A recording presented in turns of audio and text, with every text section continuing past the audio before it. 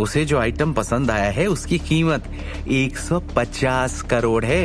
ये porcelain bottles rarest of the rare में आती है। ऋषभ उन्हें खरीद रहा है। चंद तुक्के लगा देने से तुम इस फील्ड में महान नहीं हो गए। कलेक्टर्स की जूती के बराबर भी नहीं हो तुम। ये कहने के बाद उसने एक मुस्कान के साथ दृष्टि की ओर देखा और कहा, दृष्टि, धरोहर हाउस में आकर तुमने जो देखा, जैसे लोगों से मिली, क्या अब भी शिवम के बारे में तुम्हारी राय नहीं बदली?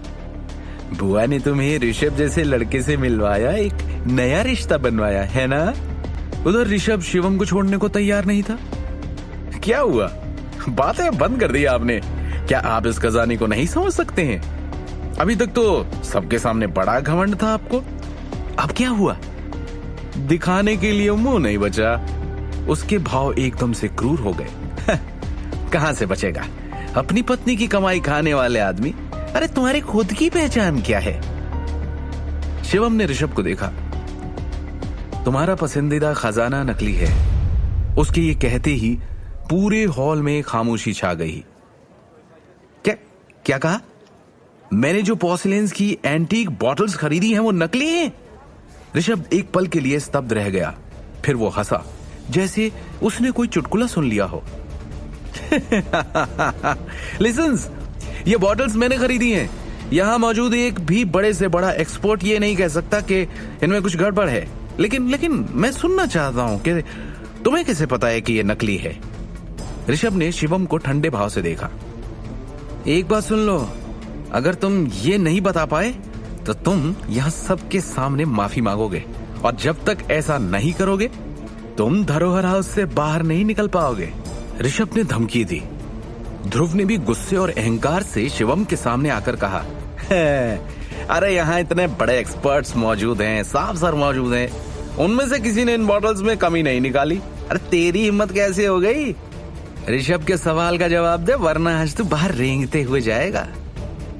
शिवम को किसी की धमकी का कोई फर्क नहीं पड़ा। उसने चाय का एक घूंट लिया और शांति से पूछा, क्या तुम लोग वाकई चाहते हो कि मैं साबित कर दूं कि ये पोर्सिलेन्स बॉटल्स नकली हैं? बकवास बंद करो और बताओ, साबित करके दिखाओ। ऋषभ ने सवाल किया। उपस्थित सभी लोग निश्चित थे कि रंगीन चीनी मिट्टी की बॉटल्स की ये जोड़ी असली थी, लेकिन उन्होंने आसानी से इसकी पुष्टि करने की हिम्मत भी नहीं की।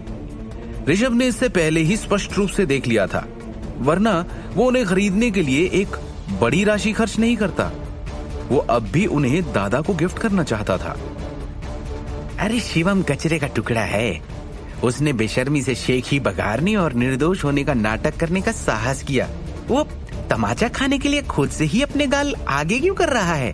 अरे क्या चाहता है वो? जैसे आप सभी की इच्छा, शिवम ने कहा। उसने उपहास किया और अपने हाथ में लिया चाय का प्याला नीचे रख दिया। अचानक उसने अपनी उंगली फड़फड़ाई और प्याला उड़ते हुए दूर चला गया। प्याला पोर्सिलेन्स बॉटल्स की जोड़ी से टकराया और सीधे दो प्रतीत होने वाली सरल चीनी मिट्टी के बर्तन की बॉटल्स में घुस गया। एक कर्कश आवाज के साथ दोनों बॉटल्स टुकड़ों में टूट गई और महोगनी टेबल पर गिर गईं। ओह, हे भगवान, इसने प्राचीन दुर्लभ कीमती खजाने को सच में तोड़ दिया।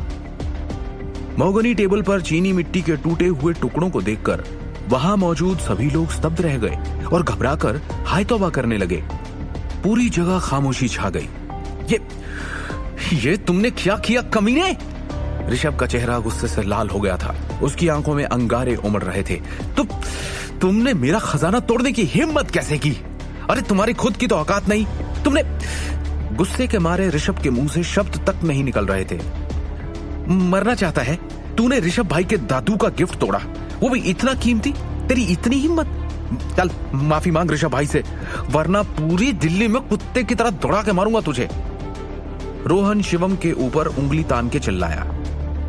अरे ये माफी के लायक नहीं है रोहन, बहुत हुआ इसका, आज ये साबुत बाहर नहीं जाएगा। ध्रुव भी अचानक खड़ा हो गया। रोहन और ध्रुव शिवम को सबक सिखाने आक्रामक रूप से आगे बढ़े। वो शिवम के सामने खड़े हो गए। वो अब भी बैठकर चाय की चुस्की ले रहा था।